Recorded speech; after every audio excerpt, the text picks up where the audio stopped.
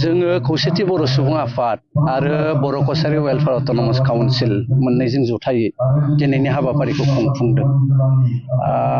बर'नि नैथि बर' गोरोबथा बिटिसि एकर्ड जायखौ जोङो बुङो, बे बिटिसि एकर्डनि दफाफोरनि सायाव जिखिनिया मावफुंजाबाय आरो माखासेया मावफुंजानो दङ, बेनि सायाव मोनसे सावरायलायनाय मेलबो जों लादों। फुंनि समाव बड'फा उपेन्द्रनाथ ब्रह्मनि मुसुखानि जिङाव बिबार बावनाय बे हाबाफारिया जानानै थाङो। बिबारखौ बावजेननानै होदोंमोन मुस्रि बिरेन्द्र कुमार ब्रह्म, जोहोलाव नीलेश्वर ब्रह्म आरो सानजारां लकेश्वर ब्रह्म बान्था मोनगिरि बिथाङा। नैथि हाबाफारियाव दंमोन जोंहा मुंख्लं सिबिनाय एबा मुंख्लंफोरनो बिबार बावनाय।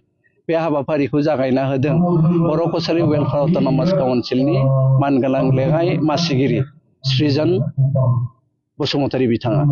दा गेवलां मेल मोनसे जोंहा इतिमধ্যे जागासिनो दङ। बे गेवलां मेलाव जोङो बिएसि एकर्ड, बिटिसि एकर्ड आरो बड' गोजोन गोरोबथा मोनथामबो गोरोबथानि दफाफोरनि सायाव मोनसे सावरायलायनाय मेल जोंहा जागासिनो दङ। बर'नि जारिमिनाव मोनसे बाथ्राखौ बुंनांगोन जे जेसेबां दफाफोर बर'नि मोनथाम एकर्डआव लिरनानै दङ, बे गासैबो दफाया जाफुंथारनांगोन आरो बे गासैबो दफाखौ मावफुंनानै होनो थाखाय दिनैनि तारिखआव जोङो आसाम सोरखार आरो भारत सोरखारनि खाथियाव दाबि दैखांदों।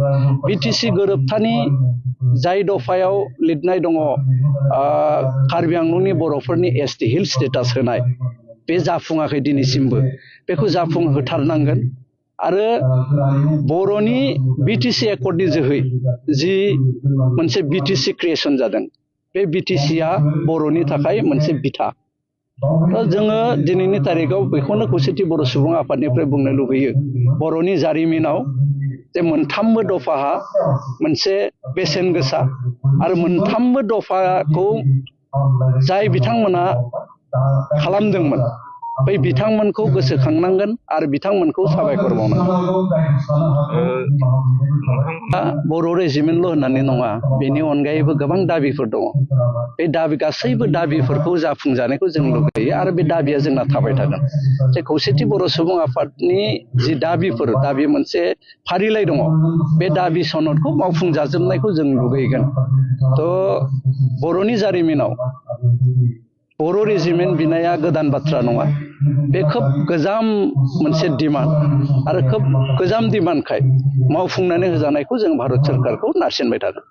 कार्बि आंलंनि जिथु बर'फ्रा एसटि नङा, बिथांमोनखौ एसटि खालामनो थाखाय सरकारजों गेजेरजों सावरायबाय थादों। सरकारनिफ्राय माबायदि रेसपन्स? सरकारजों सावरायनाया गोबां खेब जाबाय, मावफुंनानै होनो सरकारा गोबां खेब रादायबो होबाय, खिन्थु दिनैसिम मोगथां महर होआखै।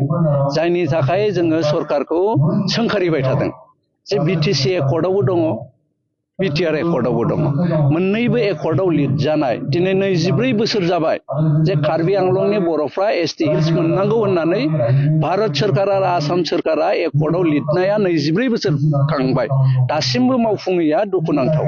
ओंखायनो जों बिनि थाखाय, बेखौ मावफुङैनि थाखाय भारत सोरखारखौ, आसाम सोरखारखौ जों सोंखारिदों।